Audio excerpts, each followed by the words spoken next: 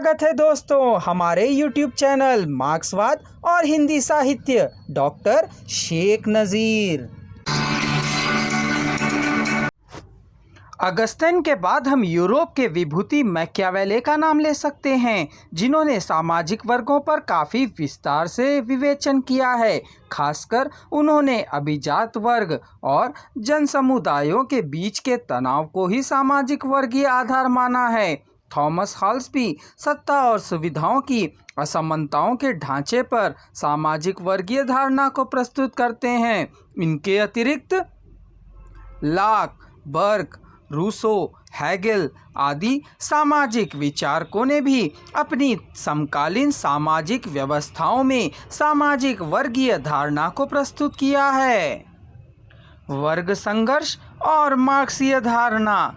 वर्ग युक्त सामाजिक व्यवस्था के सिलसिले में प्लेटो से लेकर थॉमस हॉल्स तक जितने भी विचारकों ने सामाजिक वर्गीय धारणा के संदर्भ में अपने जो विचार प्रस्तुत कर चुके हैं, वे सब मार्क्सवादी विचारकों की सामाजिक वर्गीय धारणा से नितांत भिन्न है, क्योंकि मार्क्सवाद एक राजनीति ही नहीं बल्कि एक समाजवादी शास्त्र भी है। उसने ऐतिहासिकता के धरातल पर ही अपनी वर्गीय धारणा को प्रस्तुत किया है।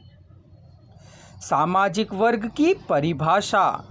मार्क्सवादी मान्यता के अनुसार उत्पादन शक्तियों और उत्पादन संबंधों की असंगतियों के फलस्वरूप ही समाज वर्ग बद्ध हो जाता है, अर्थात उत्पादन संबंधों की भिन्नता में ही सामाजिक वर्ग के जन्म के बीज निहित है। इतिहास भी इस बात का साक्षी है कि जब आदिम साम्यवादी युग था तो सब लोग इसीलिए समान माने जाते थे कि उत्पादन साधन सामाजिक संपत्ति के रूप में थे, लेकिन जैसे उत्पत्ति साधन व्यक्तिगत संपत्ति के रूप में एकत्रित होने लगे तो समाज भी मूलतः दो वर्गों में विभाजित हो गया। एक उत्पत्ति साधनों की मालिक या शासक है तो दूसरा उस प्रथम वर्ग के तले काम करने वाला शोषित वर्ग। इस प्रकार वर्ग स्थिति को हम दास युग, सामंत युग और वर्तमान पूंजीवादी युग में भी देख सकते हैं। मार्क्सवादी धारणा के अनुसार वर्ग उन्हीं व्यक्तियों का समूह है जो उत्पादन में एक ही तरह का काम करते हैं और जिनका आर्थिक हित भी एक जैसा है। इस प्रकार समाज में वर्गों का संबंध उत्पादन पद्धति अथवा समाज के आर्थिक आधार के साथ जुड़ी है। कुछ विचारकों ने पैसों के एक मूल आधार मानकर वर्ग विभाजन किया है। इस मानदंड बिल्कुल गलत है। उदाहरण के लिए यदि एक व्यक्ति के पास जितना पैसा है उससे दुगना पैसा अगर दूसरे व्यक्ति के पास है तो दोनों व्यक्तियों को दो निम्न वर्ग मान सकते हैं। अगर तीसरे व्यक्ति के पास दूसरे व्यक्ति से अधिक पैसा है तो फिर उन दोनों को दो निम्न वर्ग मानना पड़ेगा। इस प्रकार के विभाजन में केवल पैसों के परिमाणात्मक अंतर के सिवा और कुछ नहीं है। पूंजीवादी युग में कल कारखानों में काम करने वाले मजदूरों की मजदूरी में तो अंतर होता है, तब क्या उन मजदूरों को भी हम दो भिन्न वर्गों में विभाजित किएंगे? अगर करें भी तो हम वे सर्वहारा वर्ग के साथ सहयोग नहीं करेंगे। अतः वर्गीय आधार के लिए पैसा समुचित नहीं माना जा सकता।